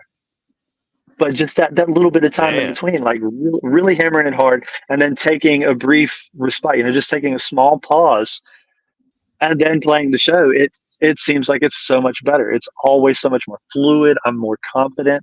I know what I'm doing. It's wild how that shit works. And I've actually read into it, and it's something about exactly what I was saying. It's giving your brain a little bit of rest from it and time to process and really internalize everything that you've been practicing and working on. And I know that my camera's right here, and I keep going like, time to process, internalize. I wasn't paying a damn bit of attention. My bad. But it's cool how that shit works. No, Man. man. I love that shit. It's nice to hear that you still get nervous because, in all transparency, the band Overdose, we've been practicing hard for over a year. We have our first show in July. My first full set as a vocalist. I am. When is it? Where is it? It is at the Hideaway in Johnson City. The Hideaway. Fuck, where? The only place that we've played is Capone's. Where is that? The one right up from Capone's? Like same street, just like a couple doors up.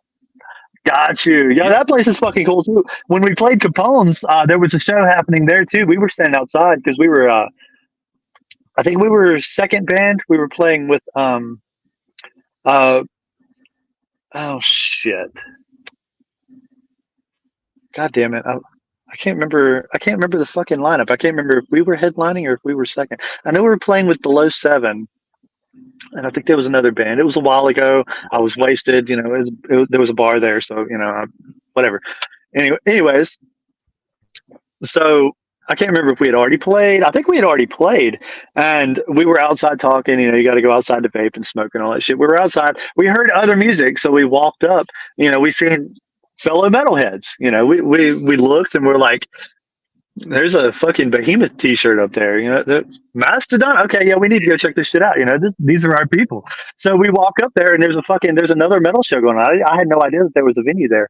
And I remember we told the guy at the door, we're like, listen, we're playing down here. We can't really attend the show, but can we just walk in real quick and check out the venue? Because I had no idea there was one here also. So we just kind of peeked our heads in the door, and it looked like a fucking cool spot, dude. I'd really like to play a show there if anybody watching that has contacts or knows whoever does the talent buying there, fucking tell them to hit us up. We'd like to play that shit. Johnson City's not that far for us, and it's actually really good because usually Hogan, where he lives in Asheville, he's the furthest away, but that's more his direction. So we've been trying to find more shows out that way towards the western side of Virginia, Tennessee, stuff like that to kind of help him out a little bit. We play Charlotte. It's a fucking 5-hour drive or no, I think he said it was like 4.5 hours or some shit.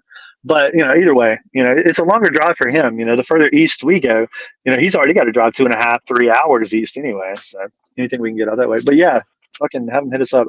Do you know somebody? It sounded like he was about to say something. I was gonna guitarist of the band I'm a part of, I believe, knows the owner. I might be able to work out, and also a peek behind the curtain.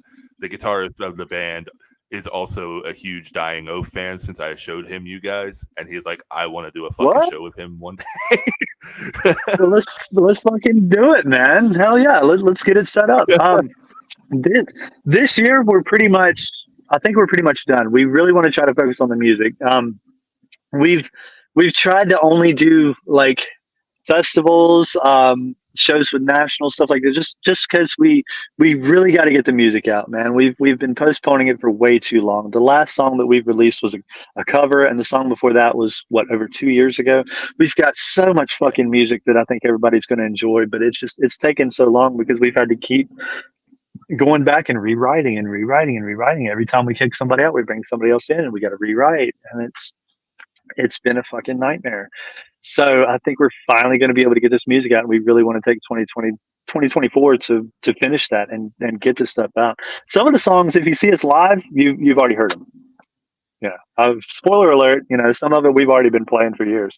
We just haven't gotten an opportunity to fucking get it recorded yet. But what we've got tracked sounds so fucking good so far, man. In my opinion, I mean, music is subjective. My grandma would probably think it's dog shit, but I think it's fantastic. And I think that, anybody that enjoys what we've done previously will definitely enjoy some of this music. Plus, we've got another song that we're going to release as kind of a one-off that might kind of shock some people. It's more of a modern kind of metalcore kind of song with a little bit more prog, little bit of that kind of. Of course, it's still got our sound, it's still got that Dying Oath edge to it, but it's definitely a little more modern as opposed to the 2000s kind of All That Remains, Trivium, In Flames, Bullet from a Valentine, kind of 2000s metalcore niche sound, which I'm still absolutely absorbed in 100%. Oh, I love same, that dude. sound. Every day. I love that song, and I've noticed recently that it seems like there's some bands bringing that shit back too. We've been talking about how we've been trying to not really bring the sound back, but give something new for people who enjoy that sound that can't find it anymore. I think that where that's what we do. There's a great target audience for that.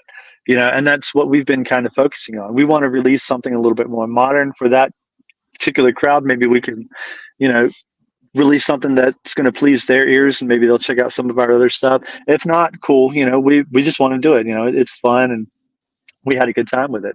We had a lot of help actually from Miles Claiborne. He's a fantastic dude. I think he's either out on tour with his band Saul, or they just finished up a tour. I know they were playing Johnson City. Oh, I love Saul. Saul, dude, they're fucking amazing band, dude. I heard them on Liquid Metal. I heard their song Brother, and I lost my brother in 2012 to an overdose. So that song, dude, it just fucking resonated with me so far, so deep, that I immediately fell in love with that song. Now, again, I can't listen to one song and be like, okay, I love that band, I'm gonna go listen to everything they do and I'm gonna love it. But that song, I love that song. It hit home for me, because of the whole situation. Yeah. So, fuck, I'm really trying to remember my point here. Oh fuck, where was I? Okay, the more modern crowd. I think it was somewhere of an offshoot on that. Yeah. I know we were around that topic, so we're trying to do that. But we've got to get this music out.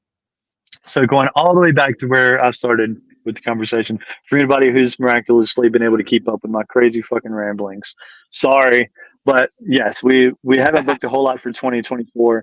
So if we do, it'll probably be in 2025. There we go. There's the answer I should have given you 20 minutes ago. No, you are perfectly fine, dude. Yeah, see, like, I'm always hesitant to, even with local bands around here, man, like, I'm hesitant to talk about the band that I'm a part of because I don't want them to be like, oh, he's just buzz. And I'm like, no. See, I'm the kind What the fuck? where I want to earn everything. Plug that shit, dude. I want to know. Like, I might go check it out. Some people in here might want to go check it out. This isn't just about me. I mean, fuck. Hell yeah. I'm pretty fucking stoked to hear it. So, dude, so you said is that the we don't have highway? anything. The hideaway. Yeah. It's July 6th, and I think it July starts 6th. at 7, and Okay. the tickets are $10 a pop. Fuck yeah, I might check that shit out, dude. For real. I mean, it's only Dude, like if you do, an hour. It's only a little over an hour from me, I think. I don't think it's that far. Hell, I drive to Bristol. Well, I used to drive to Bristol all the time whenever Cabela's was open, but you know. oh, sorry for your loss. Oh man, just fucking don't even talk about it. Fucking that's I loved going to that shit, dude. I love Cabela's. Oh man. Well, I mean, Bass Pro Shop's cool, but it's a little bit further down the road. You know, it's a little further. Plus, Cabela's. When I was a kid, I loved fishing. Okay, I've never been a big hunter. Okay, but I've always loved fishing. You know, just because we're in Southwest Virginia, everybody I know fucking fishes. You know, my friends in high school, they went out fishing all the time. So I just, you know, guilty by association. Hey, peer pressure. I started fishing. You know, my dad took me fishing all the time. I got to where I really enjoyed it. So when I was a kid, I would always get these Cabela's catalogs in the mail. I never got Bass Pro Shop. They would maybe send me one, and then they would cut it off. They'd be like, "Nope, you didn't order anything. Fuck you. We're not wasting our paper." Cabela's would religiously send me catalogs, so that sold me. I was like, "These motherfuckers want to earn my business." So anything I order, I'm ordering out of Cabela's. I'm buying it from Cabela's. Well, Bass Pro Shop bought them out, shut it fucking down. So, what can you do? Walmart. fucking bummer, dude. Well, man, I know I'll have to let you go here in a minute, but dude, this has been fantastic. It really has. Well, good, dude. I'm glad you enjoyed it. I hope everybody out there listening, you know, if there's still anybody, you know, still listening to my crazy ass going on about random shit and losing my fucking points and the whole topic in general, you know, on 15 million tangents. But if you did make it this far, I commend you. You were amazing. But yeah, I've enjoyed it, dude, for sure. I've had a great time. Yeah.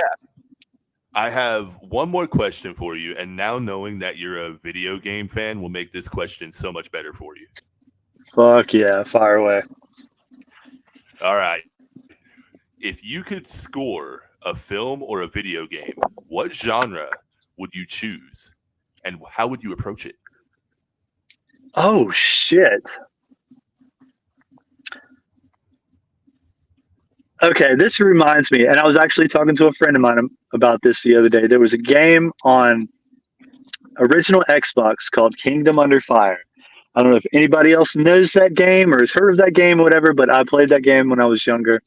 It was more of a medieval, you know, it was kind of like Dynasty Warriors, if you ever play that. You know, it's just a big hack and slash. You run around just slicing 15 motherfuckers at one time. It's kind of like that, but it had a metal score. And it was the coolest fucking thing. It was one of the things that really got me. But, you know, it fits so well with what I was doing. Yeah, they could have had some big epic orchestral instrumentation, you know, the strings and the big epic boom, boom drums and shit. But it had a fucking metal score. I thought that was cool. Halo 2, okay? Breaking Benjamin, when they did that shit. The first time you see the Brute and the Covenant fucking fighting, blow me away. When that shit came on, I was blown away, dude. I was like, holy fuck. I remember just sitting there so many times just listening to the music because I always wanted that moment to happen. I wanted the Covenant. Okay, and nerd alert, here I go. I always wanted the Covenant and the Brutes to fight. You know, I always had to, you know, you were fighting the Covenant for the longest time, and you had to fight the Flood, then the Brutes were introduced, you were fighting the Brutes. And, you know, in the back of your mind, you're like, these motherfuckers probably aren't going to like each other. You got these big sons of bitches and these lizard-looking motherfuckers, whatever. They're probably not going to be good friends. Yes, they both hate UNSC, but I'm sure if they met up, you know, they would probably have a little bit of a scuffle, okay? I got to witness that. But I got to witness that in game, which was totally off the fucking wall, with Breaking Benjamin's fucking score in the background. I would do something like that. It would have to be a game that just fucking means so much to so many people, and it had to be one of those moments that defines that entire fucking game. That moment defined Halo 2 for me. There's a lot of great moments in that game, but already starting to branch into the metal genre, to the heavier genre. I know Breaking Benjamin's not technically like heavy metal, but they were heavier. I loved Breaking Benjamin back in the day. When I heard that song, Same. and then after I heard that and I seen that part, I immediately had to go find the song. So Yep. it was just Yep. it was fucking album. magical.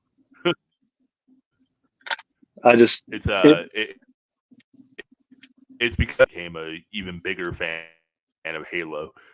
yeah, just doing something like that, or like Call of Duty. One of the reasons, I love Call of Duty. I played the shit out of it for a long time. It had become a little cookie cutter. Let's just put another title on it, add a couple new guns, and re-release the same game. Kind of to me. I mean, maybe some people feel that way, some other people don't. Personally, that's how I felt about it. But it's when a studio will think outside of the box and really incorporate something different. So Call of Duty, Nazi zombies, Kino der Toten, however the fuck you say it. You find the 3 asteroids. Do you know what I'm talking about?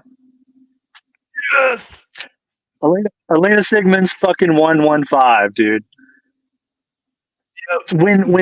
When they do shit like that and they add in this incredible fucking metal score to complement everything that's going on. Like if you go to YouTube and look up that song and then look up the comments, it's just thousands of comments talking about how the first time they heard this song in Call of Duty Nazi Zombies, how fucking powerful it made them feel in that moment, how they felt invincible in that game when they were listening to that music. It would have to be something like that, dude. Like it would have to be, I would have to be able to find the perfect opportune moment and just match up the perfect. I couldn't really do a whole score. Like I know I listened to Matthew Hafey's Chaos Hour, and he was talking about some game that he was scoring, and how he's been working with other people, and how it's really helped him branch out musically, and he's created music that he feels is far and above better than about anything he's done. And I commend him for that. I just don't know if I could do a full score. I think if I could take one moment in a game, a real game defining moment, and just kind of set with it, think about the energy, the emotion, particularly if there's a big lead up to it, like some of those games, and really try to create the perfect song for that specific moment. I think that would be the hallmark moment, dude. I think that would be the peak. That's what I would do. Dude, that'd be rambling sick. fucking answer, but yeah, that would be it. You're good, man. I don't game too very often anymore, but I used to play Halo like a motherfucker. So it just brings back every good memory for me to talk about it, man. I gotta let you go here in just a minute. Okay. Well, go ahead. I was going to keep rambling about video game music, but yeah. Well, go ahead. Go ahead. All right, cool. All right, you're going to give me the open floor for talking about this shit. Let's go with Final Fantasy VII. Did you play Final Fantasy VII? One of my all-time favorite games ever. One Wing Angel. Perfect example right there, too. I mean, to me, that fucking song is just so amazing for defining the entire character of Sephiroth and the whole thing. I mean, kind of off topic.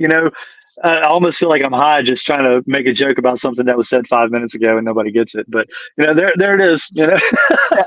That's another one of those moments. That's another one of those genre defining moments. I love that shit. I gravitate towards that shit. And it seems like whenever I'm listening to music, that's one of the things I'm looking for. Something that could be cinematic. You could plug it into a movie fight scene and it would just fucking fit perfectly. I love things that make me think, make me feel, just give me a perfect overall tone and vibe of overcoming adversity and empowerment. And I really try to plug that into my music too. Excuse me. I'm sorry. Everybody having to listen to me instead of here and fucking belch all the time.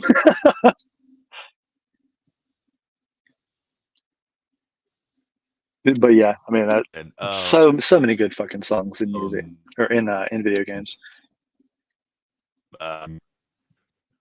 Probably be Doom. Doom? Oh shit! Now didn't fuck, I'm a little buzzed. Okay, who did the score for that? Oh shit, did we lose you?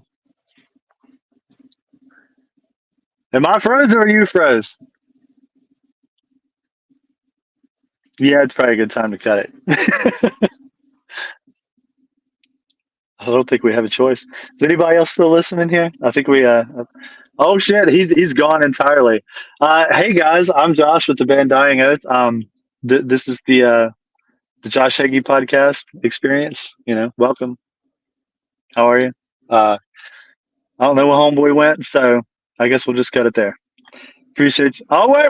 There he is. Yes, we're good. Jesus Christ, I hate my internet. You're good, dude. Not a big deal. All I wanted to tell you was I think that Doom has one of the best soundtracks of all time, in my opinion. Mick Gordon is a fucking genius. Oh, yes. Dude, I've really gotten into some of I don't know if do you watch any anime? On and off, man. I'm not huge on it, but I can appreciate it. The reason I ask, I mean, there's a lot of good things. I actually just started diving into My Hero Academia. I've watched like Demon Slayer, Attack on Titan, some of the more mainstream ones. But I grew up on Dragon Ball Z. Okay, and I bring it up for this reason: Dragon Ball Z U.S. broadcast version on Toonami. Wasn't it Bruce Faulkner? His fucking music. I'm sorry. I know there's fucking anime purists out there. They're gonna hate me for this. I'm sorry. His fucking music in that made it for me. I go back. I know everybody. Well, you got to watch the Japanese version, man. It's so much better. It's maybe what they're saying is better, but the music, Bruce Faulkner fucking nailed the vibes for me, man. I loved the music that he put to it. I went back and tried to where they had the big like copyright dispute or some shit. They won't play his music anymore. Like whenever Super came out, I was like, fuck yeah, more Bruce Faulkner. And then I was like, no, that's not gonna happen. But if I go back and I'll rewatch any kind of Dragon Ball Z, it's got to be that. I cannot watch it with the weird fucking Japanese music behind it. It doesn't do it for me. Like Namek's fucking music, the Vegeta's Super Saiyan theme, the fucking piano music when big shit was about to go down. Gohan's fucking theme when he went Super Saiyan 2 against Cell. Goku transforming into Super Saiyan 3 and Bruce Faulkner's music for that. It was all so fucking good and just fit it. It fit it in a way that just, rival. Oh my god, yeah, dude. I mean, that was some wild music. Like the whole Android saga had some wild fucking music, man. Like it was a little bit out of the box after listening to the darker kind of slower, all this terrible shit's happening on Namek, the real slower music, and then bouncing into Trunks and the androids and all that. I hope you guys watch Dragon Ball Z. If not, you're probably like, fuck these dudes. I don't know what the fuck they're talking about. Check it out. It's good shit. But if you watch it, watch the US broadcast version, please. Do yourself a favor. Yeah. It's so much better, especially if music is a big part of it for you. Score to that did it. Like that was it. Oh, dude, the soundtrack to the movies of Dragon Ball Z, I owe so much of my music taste to. Yes. Fucking cooler, dude. It had didn't it have like Deftones, like change? It had Deftones. Yep. It had another one there too. I haven't seen it in forever. I can't remember what it was. It wasn't Pantera. I'm trying to remember which one had Pantera on it. Maybe I can't remember if it was a Broly or I can't remember, man. But I know that like you're around the same age as me, probably. I mean, you probably remember the older like Dragon Ball Z animated music videos that you could find on YouTube in the early days of YouTube. People would like they would think of. Yeah, dude, like Metallica's 4-Leaf Clover to Gohan fighting Cell, or like Star Wars fucking Duel of Fates whenever Majin, Vegeta, and Goku's fighting. Shit like that, dude. The music makes it. It adds so much more of a level to it that it's hard to describe. And that's why, I gravitate to Bruce Faulkner's version. Plus, it's more nostalgic, where that's what I watched as a kid. That's what got me as a kid. That's the one that, like, that vibe is what I adjusted myself to. That just put my whole psyche into that and just living in that moment with those characters to that music and everything. And when the smallest thing has changed, I'm like, no, fuck this. I can't do it. Like everybody's talking about how cool Ultra Instinct Goku music is. It's like if they'd had the piano, fucking Super Saiyan Vegeta's piano music fire. I actually learned to play that on guitar. That song is actually what got me playing guitar again when we started Dying Oath. I'd stopped playing guitar for like 3 years. I think it's 94 Stones. Shout out to him or them or whoever does that. I watched the YouTube music videos. Fucking amazing covers of that music. 94 Stones. But I watched the cover of the Super Saiyan Vegeta music, and he's playing on guitar and on bass and on drums and adding in some of the vocalization from the show and shit. And I was like, this is fucking cool. Okay, I haven't played guitar in a while. I know it's probably got rusty strings. I'm going to break my guitar out and I'm going to check this shit out. I'm going to learn to play this just for my own personal mental stability and well-being. I have to learn to play this. I've always loved that. So I started playing that, and then I started playing other shit. And I hit up the Ryan and this other guy, Hunter, that we used to jam with. I'm like, hey, you guys want to jam again? And then we fucking started the band. Like I owe it to Vegeta Super Saiyan theme covered by 94 Stones. That's how powerful that shit can be, man. Hell yeah, dude, that's awesome. I love it. I love it. know we got to wrap up. My internet connection's about to just shit out on me, but I want you to know. I'm about 3 beers in and I got to piss. This has been amazing. This has been amazing. I'm glad you enjoyed it. I know. I know you don't do these often, but next time, if there is a next, have you on again, and we can just shoot the shit, because I mean we clearly can. I'm cool with this, man. I'm totally cool with that. Like I told you whenever we were talking about it initially, we've done a ton of interviews, and it's nothing against them. We thank them so much for the opportunity to come out and talk and promote new music or a new EP or a tour coming up or something like that. But some of the questions that we get asked, we've just been asked so many times that it's refreshing to just be able to come on and just talk, just have a conversation, just, get things off of our chest that we think about or have been, talking about amongst ourselves.